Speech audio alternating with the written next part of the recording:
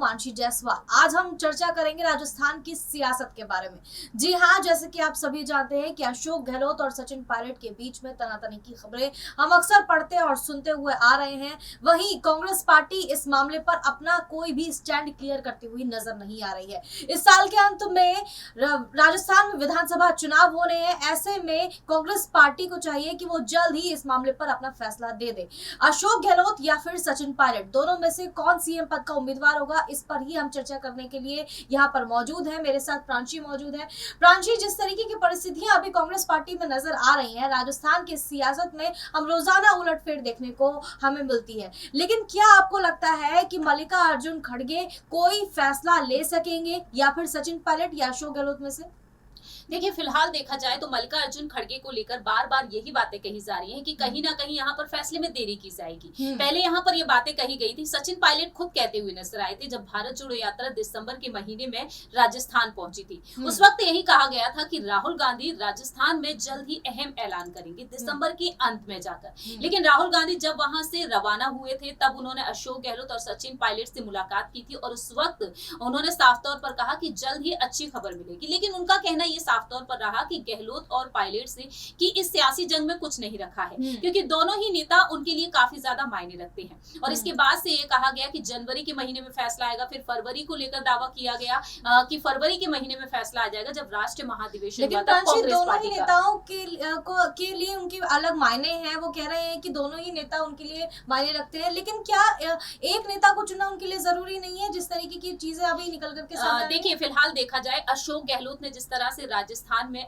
जितना भी विकास किया है उसे देखते हुए तीसरी बार वह मुख्यमंत्री बने, लेकिन तीसरी बार वह मुख्यमंत्री सचिन पायलट की बदौलत बने थे। बीजेपी नेताओं का साफ तौर पर कहना रहा है, बीजेपी नेता अब भी लगातार बयानबाजी दे रहे हैं कि सचिन पायलट की वजह से ही आप सत्ता में वापसी कर पाए हैं। 2018 में जब चुनाव लड़े गए थे उनकी अगुवाई में, इसी वजह से यहाँ पर कांग्रेस जीत बोल पाई है। लेकिन अब देखा जाए तो यहाँ पर अशोक गहलोत को एन मौके पर जिस तरह से मुख्यमंत्री बना दिया गया, उसके बाद से यहाँ पर कहीं ना कहीं पायलट गुट के यहाँ पर बगावती सुर हमें देखने को मिले थे 2020 में। और उस वक्त गहलोत की सरकार को प्रियंका गांधी ने गिरने से बचाया था। लेकिन कहा यह जाता है कि प्रियंका गांधी वाड्रा चाहती हैं कि वह सीएम बने, लेकिन खुलकर तो प्रियंका गांधी वाड्रा भी सामने नहीं आ रही है। दूसरी तरफ यहाँ पर मल्लिकार्जुन खड़गे से लोगों को यही उम्मीदें रही थी कि जब खड़गे अध्यक्ष पद पर आएंगे तो सबसे पहले वह राजस्थान के सियासी संकट पर फैसला सुनाएंगे, लेकिन बार बार इस मामले को ठंडे बस्ते में डाल दिया जा रहा है। अब यहाँ पर देखा जाए तो पायलट गुट मोर्चा खोल चुका है। चाहे यहाँ पर प्रताप सिंह खाचरियावास के बारे में बात की जाए, चाहे यहाँ पर अन्य नेताओं के बारे में बात की जाए,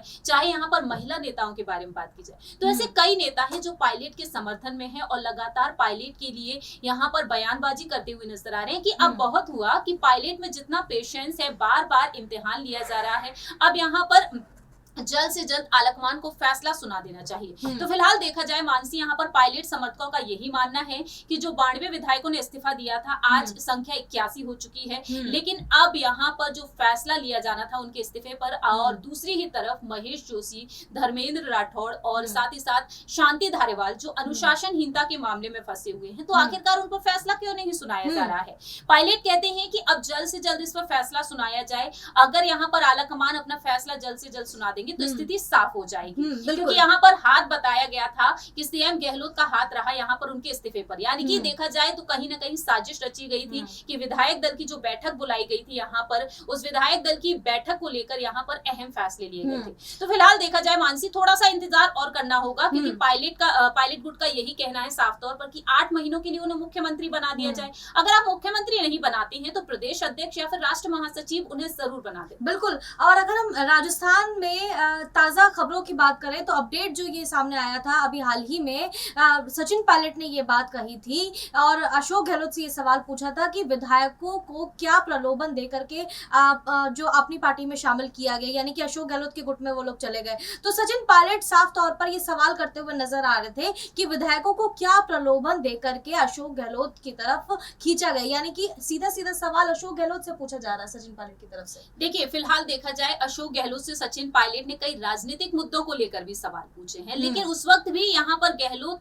उनके लिए कुछ ऐसे शब्दों का इस्तेमाल करते हुए नजर आते हैं जो उन्हें नहीं करनी चाहिए। कभी वह उन्हें गद्दार कहते हैं, कभी निकम्मा कहते हैं। और ऐसे में देखा जाए सचिन पायलट अब साफ तौर पर कहते हुए नजर आए, जो वीरांगनाओं को लेकर जो बातें सामने आई थी, धरना प्रदर्शन वह देती हुई नजर आई थी सचिन पायलट के आवास पर। उस वक्त सचिन पायलट साफ तौर पर कह चुके थे कि ईगो को अगर साइडलाइन कर दिया जाए तो फैसला जरूर बदला जा सकता है। लेकिन अशोक गहलोत यहाँ पर जिद पर अड़े हुए नजर आए हैं। अब देखा जाए तो कहीं ना कहीं यहाँ पर सचिन पायलट की बात को तो वह मानते हुए दिखाई नहीं दे रहे, लेकिन आला कमान की बात तो उन्हें जरूर माननी पड़ेगी, क्योंकि वह खुद ही कहते हैं कि बीते लंबे वक्त से जो उनका इस्तीफा है वो आला कमान के पास है। वह चाहे तो रातों रात फैसला ले सकती है, 24 घंटे में अगर फैसला ले लेती हैं तो वह इस्तीफा देने के लिए तैयार है। और अगर मल्लिकार्जुन खड़गे का फैसला सचिन पायलट के हक में होता है और अशोक गहलोत के खिलाफ होता है, तो अशोक गहलोत के पास ऐसी क्या ऑप्शंस बचते हैं कि वो मुख्यमंत्री पद पर रहें, क्योंकि उनके पास विधायकों की संख्या अभी ज्यादा है। सचिन पायलट के पास तकरीबन 19 से 20 विधायक अभी मौजूद हैं। तो ऐसे में अशोक गहलोत किस तरीके से अपनी जो बात है वो रखेंगे और आला कमान का जो विश्वास है वो किस तरीके से जीतेंगे?